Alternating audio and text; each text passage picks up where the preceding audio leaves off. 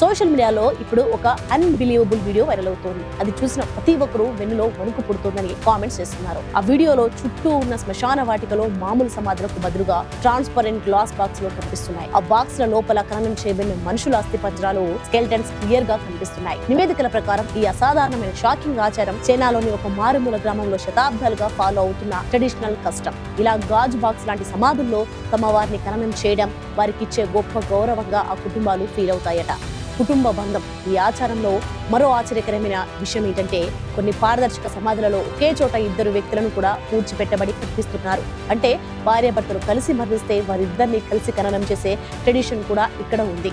తమ ప్రియమైన వారు మరణం తర్వాత ఫిజికల్ గా ఎలా డీకంపోజ్ అవుతున్నారో, అస్థిపంజరాలుగా ఎలా మారుతున్నారో ఆ కుటుంబాలు నేరుగా చూస్తున్నారన్నమాట. ఈ వైరల్ వీడియో చూసిన వరల్డ్ వైడ్ యూజర్స్ తమ భయాన్ని కామెంట్ల రూపంలో ఎక్స్ప్రెస్ చేస్తున్నారు.